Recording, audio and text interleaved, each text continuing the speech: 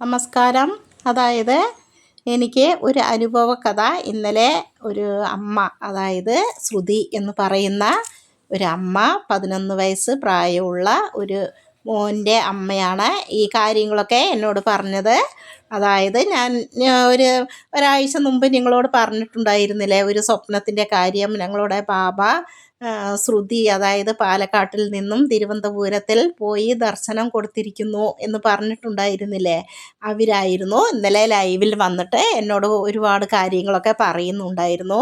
ഞാൻ ഈ ഒരു വാർത്ത അവർക്ക് പറഞ്ഞത് ഭയങ്കര സന്തോഷമായി. എന്നെക്കുറിച്ച് നിങ്ങൾ വീഡിയോയിൽ പറഞ്ഞതിന് വളരെ നന്ദി എന്നൊക്കെ അവർ പറയുമായിരുന്നു. എനിക്ക് അവരാരാണെന്നോ എന്താണെന്നോ അവരുടെ മുഖം എന്താണെന്നോ ഒന്നും എനിക്കറിയില്ല. ഈ ലൈവിൽ വരുമ്പോൾ കമൻറ്റ് മാത്രമാണ് ഞാൻ കാണുന്നത്. അവരെക്കുറിച്ചാണ് ഞാൻ പറയാൻ പോകുന്നത്. സ്വാരസ്യമായ ഒരു കഥയാണ് അവരുടെ. അതായത് അവർ ജീവിതത്തിൽ അനുഭവിച്ച ഒരു ചെറിയ കഥയല്ല, അനുഭവം. അതായത് അവർ ഒരു ടീച്ചറായിരുന്നു, സ്കൂൾ ടീച്ചറായിരുന്നു. അങ്ങനെ അവർ ജോലി ചെയ്തു കൊണ്ടിരിക്കുമ്പോൾ ഒരു ദിവസം അവരുടെ പ്രിൻസിപ്പൽ വിളിച്ചിട്ട്, ഇനി ഈ സ്കൂളിൽ നിങ്ങൾക്ക് തുടരാൻ പറ്റില്ല, നിങ്ങൾ ജോലി വിട്ട് പോകേണ്ടതാണ്, നിങ്ങൾ ഈ സ്കൂളിൽ ഇനി ആവശ്യമില്ല എന്ന് പറഞ്ഞിട്ട് അവരെ വീട്ടിലേക്ക് പറഞ്ഞയക്കുകയായിരുന്നു. അതായത് ഒരു പുതിയ ടീച്ചറെ കൊണ്ടുവരാനായിട്ട് പ്രിൻസിപ്പൽ ചെയ്ത ചതിയായിരുന്നു അവരെ കൊണ്ട്. അവർ അങ്ങനെ സങ്കടത്തോടു കൂടി ആ ജോലി വേണ്ടാന്ന് വെച്ചിട്ട് വീട്ടിലിരിക്കുകയായിരുന്നത്രേ. അങ്ങനെ ഇരിക്കുമ്പോഴാണ് ഡെയിലി കരച്ചിലായിരുന്നത്രേ. അത്രയും, അതായത് നമ്മൾ പഠിച്ച് അത്രയും കഷ്ടപ്പെട്ട് ഒരു ജോലി വാങ്ങി നമ്മൾ ജോലി ചെയ്തു കൊണ്ടിരിക്കുമ്പോൾ പെട്ടെന്ന് ഒരു ദിവസം വിളിച്ചിട്ട്, വേണ്ട നിങ്ങൾ പൊക്കോളൂ, വേറെ ടീച്ചർ വരുന്നുണ്ട് എന്ന് പറഞ്ഞ് നമ്മളെ വീട്ടിൽ പറഞ്ഞയക്കുകയാണെങ്കിൽ അവർക്ക് എത്രത്തോളം സങ്കടം ഉണ്ടാകും നമ്മൾ ആലോചിച്ചാൽ മതിയാകും. നമ്മൾക്ക് അറിയുന്നതല്ലേ, ജോലി ചെയ്ത് കൊണ്ടിരിക്കുമ്പോൾ വേണ്ടാന്ന് പറഞ്ഞയക്കുന്നതൊക്കെ എത്ര വേദനയുള്ള കാര്യമാണ്. അവർ വീട്ടിലിരുന്ന് കരയുകയാണത്രേ. അതായത് ഒരു കാര്യം കൂടെ ഉണ്ട്. അവർ സ്കൂളിലേക്ക് പോകുമ്പോൾ അവിടെ ഒരു കൃഷ്ണ ക്ഷേത്രം ഉണ്ടായിരുന്നത്രേ. അവിടെ തൊഴുത ശേഷമാണ് അവർ എപ്പോഴും സ്കൂളിലേക്ക് പോകുന്നത്. അങ്ങനെ അവർക്ക് കൃഷ്ണക്ഷേത്രത്തിൽ പോകുന്നത് വളരെ വളരെ ഇഷ്ടമാണത്രേ. അങ്ങനെ തൊഴുത് അവർ സ്കൂളിൽ പോവുകയായിരുന്നത്രേ. അതും കൂടെ ഒരു വേദനയായി മാറി. എനിക്കിനി കൃഷ്ണക്ഷേത്രത്തിൽ പോകാൻ പറ്റില്ല, എൻ്റെ കണ്ണനെ തൊഴാൻ പറ്റില്ലല്ലോ എന്നൊക്കെ കൂടെ അവർക്ക് ഒരുപാട് വേദനയുണ്ടായി അത്രേ. അവർ ഇന്നലെ എന്നോട് ഇതെല്ലാം പറഞ്ഞ കാര്യമാണ്. അതായത് ലൈവിൽ കൂടെ കമൻറ്റിൽ കൂടെയാണ് എനിക്ക് ഈ കാര്യങ്ങളെല്ലാം അവർ പറഞ്ഞത്.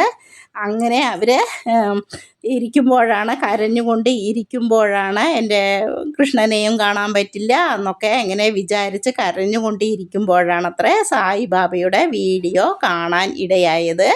അങ്ങനെ സായിബാബയെക്കുറിച്ച് അറിയണം എന്ന് വിചാരിച്ചുകൊണ്ട് അവർ സായിബാബയുടെ വീഡിയോസ് കാണുകയായിരുന്നു. അങ്ങനെ ഒരു ദിവസം അവർ 108 തവണ ഓം സായിറാം എന്ന് എഴുതാൻ തുടങ്ങി. ബുക്കിലൊക്കെ ഒരു ഓം സായിറാം 108 തവണ ഡെയിലി എഴുതുമായിരുന്നത്രേ. അങ്ങനെ എഴുതി തുടങ്ങിക്കൊണ്ടിരിക്കുമ്പോഴാണ് ഒരു മാസം ആകുമ്പോഴേക്കും അതേ സ്കൂളിൽ പ്രിൻസിപ്പൽ ജോലിക്ക് വരാനായിട്ട് അവരെ വിളിക്കുകയായിരുന്നത്രേ. അതായത് ആ വേറെ വന്ന ടീച്ചർ ആ സ്കൂളിലെ പിണക്കം ഉണ്ടാക്കി, അതായത് വഴക്കുണ്ടാക്കി അവർ അവിടെ നിന്ന് പോവുമായിരുന്നത്രേ. അതുകൊണ്ട് അതാണ് സത്യവും നേർമ എന്ന് പറയുന്നത്. നമ്മൾക്ക് സത്യവും നേർമയും ഉണ്ടെങ്കിൽ അത് വിജയിക്കും എന്ന് പറയുന്നത് അതാണ്. അങ്ങനെ ആ വഴക്കുണ്ടാക്കി ആ ടീച്ചർ അങ്ങ് പോവുകയായിരുന്നു. പിന്നെ ഈ ശ്രുതി എന്ന് പറയുന്ന ഈ അമ്മയായിരുന്നു പിന്നെ വീണ്ടും പ്രിൻസിപ്പൽ വിളിച്ചിട്ട് അവരതേ സ്കൂളിൽ പോവുകയായിരുന്നു. അങ്ങനെ ഓരോരുത്തർക്കാണെങ്കിൽ ദേഷ്യമെല്ലാം ഉണ്ടാകും. അവർക്കൊരു ദേഷ്യവും ഇല്ലാതെ അവർ സ്കൂളിൽ വീണ്ടും ജോലിക്ക് പോയിക്കൊണ്ടിരിക്കുന്നു. അവർ പറയുമായിരുന്നു, എനിക്ക് ജോലി പോയതിനേക്കാളും ഒരുപാട് സങ്കടം കൃഷ്ണക്ഷേത്രത്തിൽ എപ്പോഴും ഞാൻ തൊഴുത ശേഷമാണ്, എൻ്റെ കണ്ണനെ കണ്ട ശേഷമാണ് ഞാൻ സ്കൂളിൽ പോകുന്നത്. അതും പോവാൻ പറ്റാതെയായി എന്നല്ല അവർ സങ്കടം പറയായിരുന്നു. ഇന്നലെ ആയിരുന്നു അവർ ഈ സങ്കടങ്ങളൊക്കെ പറഞ്ഞത്. അങ്ങനെ അവർ ടീച്ചറായിട്ട് പിന്നെ അവർ വിളിക്കുകയായിരുന്നു. അങ്ങനെ സ്കൂളിൽ വീണ്ടും ജോലി തുടങ്ങി. അങ്ങനെ പോയിക്കൊണ്ടിരിക്കുന്നു. പിന്നെ അങ്ങനെ ഇരിക്കുമ്പോഴാണ് വീണ്ടും വീണ്ടും അവർ ബാബയെക്കുറിച്ച് അറിയാനും ബാബയെക്കുറിച്ച് വായിക്കാനും എല്ലാം തുടങ്ങി. പിന്നെ അവർ ഫോട്ടോ വാങ്ങി അവർ വെച്ചിപ്പോൾ പൂജിക്കുകയാണ് സായിബാബയുടെ. പിന്നെ സായിബാബ ക്ഷേത്രത്തിലൊക്കെ പോകുന്നുണ്ട്. പ്രസാദം എല്ലാം വെച്ച് അവർ പൂജിച്ചു കൊണ്ട് ഇരിക്കുന്നുണ്ട് എന്ന് പറയുകയായിരുന്നു. അങ്ങനെ പൂജിച്ചു കൊണ്ട് ഇരിക്കുമ്പോഴാണ് അവർക്ക് സ്വപ്ന ദർശനം. ഞാൻ പറഞ്ഞിട്ടുണ്ടായിരുന്നില്ലേ ഒരാഴ്ച മുമ്പ്. അങ്ങനെ അതായത് ഞങ്ങളിവിടെ പൂജിക്കുന്ന ആ സായിബാബ അവർക്ക് ദർശനം കൊടുത്തിരിക്കുന്നു. അവർ പറയുകയുണ്ടായിരുന്നു, ഇതേ രൂപമായിരുന്നു എനിക്ക് സ്വപ്നത്തിൽ തെളിഞ്ഞത് എന്ന് പറയുകയായിരുന്നു. ഒരുപാട് സന്തോഷമുണ്ട്. ഞങ്ങളുടെ ബാബ പാലക്കാട്ടിൽ നിന്നും തിരുവനന്തപുരത്തിൽ പോയി ദർശനം കൊടുത്തിരിക്കുന്നു എന്ന് പറയുന്നത് വളരെ സന്തോഷമുണ്ട്. അങ്ങനെയായിരുന്നു അവരുടെ കഥ. നടന്നതാണ്. ഇല്ലാതെ എനിക്ക് അവരാരാണെന്നോ എന്താണെന്നോ മുഖം എന്താണെന്നോ ഒന്നും എനിക്കറിയില്ല. അവർ ഈ കാര്യങ്ങളൊക്കെ എന്നോട് പറയുകയായിരുന്നു.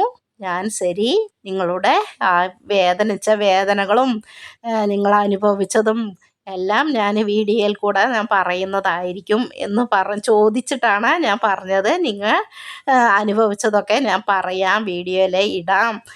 നിങ്ങൾക്ക് ദൈവദർശനം കിട്ടിയതും ദൈവാനുഗ്രഹം കിട്ടിയതൊക്കെ ഞാൻ പറയാം. ഇല്ലെങ്കിൽ എല്ലാം മറന്നു പോകുന്ന കാര്യമല്ലേ അവർക്ക് നടന്നതും. അവർ ഒരു മാസത്തോളം എത്ര വേദനയായിരുന്നു.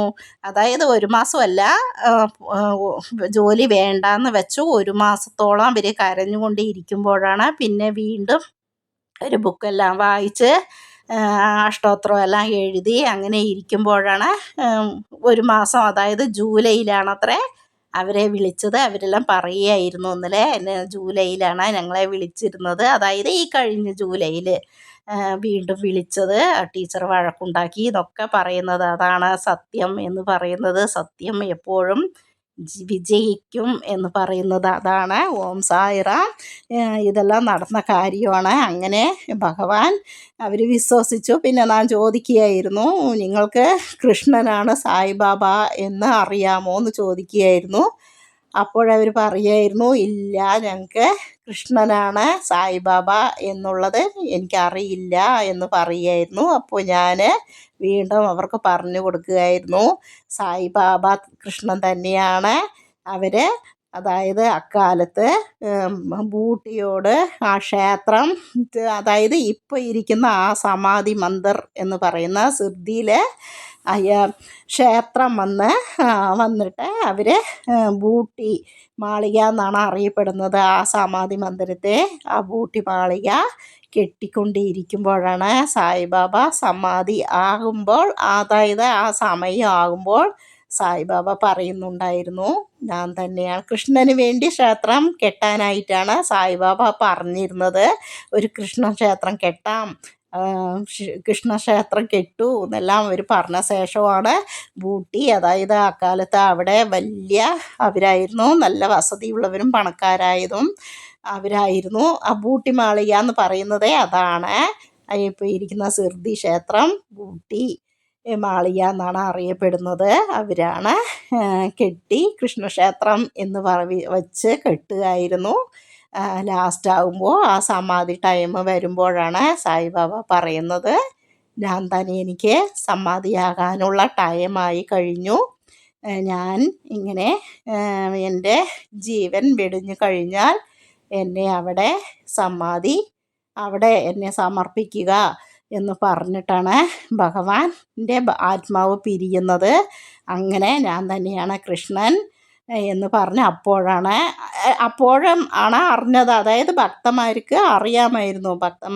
ഓരോരോ ഭക്തന്മാർക്കും അവരവരുടെ ഇഷ്ടദൈവം എന്താണോ അവർക്ക് ആ കാഴ്ച അവർക്ക് അറിയിച്ചു കൊടുക്കുന്നതായിരുന്നു സായിബാബ. ശിവനായാലും കൃഷ്ണനായാലും രാമനായാലും നിങ്ങൾക്ക് ഏതാണോ ഇഷ്ടദൈവം ആ രൂപം അപ്പോൾ അവരെ ആ മനസ്സിലും കണ്ണുകൾക്കും അവർ കാട്ടിക്കൊണ്ട് ഇരിക്കുകയായിരുന്നു അവരുടെ ഭക്തന്മാർക്ക്. അങ്ങനെയായിരുന്നു. അപ്പോൾ ഇവർക്ക് വേഗം മനസ്സിലാക്കാൻ പറ്റി, അതായത് സായിബാബ സാക്ഷാൽ ശ്രീകൃഷ്ണനാണ്. നമ്മൾക്ക് സായിബാബയെ ഈ ബൂട്ടി മാളിക എന്ന് പറയുന്ന അവിടെയെ നിങ്ങൾ പോയാൽ കാണാൻ പറ്റും. സമാധി മന്ദിർ അങ്ങനെയാണ്. സായിബാബയെ അവിടെ സമാധി അവിടെ കാണാൻ പറ്റും. സായിബാബയുടെ ജീവൻ വെടിഞ്ഞ പിന്നെ അവിടെയാണ് അവരെ വച്ചിരുന്നത്. ഓം സായിറാം, ജയ് സായിറാം. സാക്ഷാൽ ശ്രീകൃഷ്ണനാണ് ബാബ.